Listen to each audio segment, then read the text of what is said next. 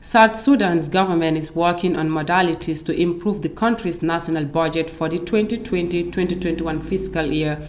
The executive could not submit the budget at the National Assembly for approval due to the lack of functional legislative body in the country.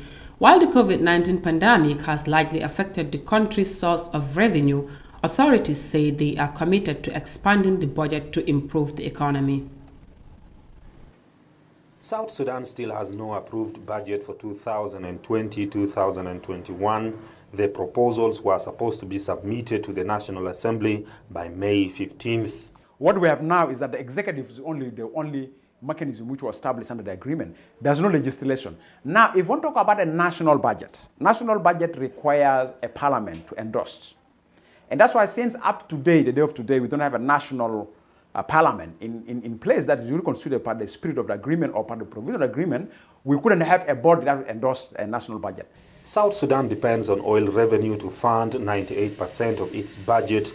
The effects of COVID-19 and a fall in global oil prices means reduced revenue for South Sudan's government. Inflation is also rising and civil servant salaries have lost value, and for months their wages have not been paid. South Sudan's government says it is working on a budget that will improve the economy. The new salary structure for civil servants should be resubmitted, to be revisited and expedited, as well as the Emolument Act 2011 should be reviewed so that this salary structure is brought in line with the market index. The government says its spending is increasing. The country has 5 vice presidents, 35 ministers, 9 deputy ministers, and will have 550 members of parliament as dictated by the current peace deal.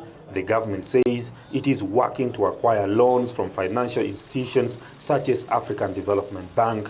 For the past few months, South Sudan has been running without an annual budget as the cabinet approves supplementary budgetary allocations to keep the country running. Traditionally, South Sudan's financial year runs from July 1st to June 30th.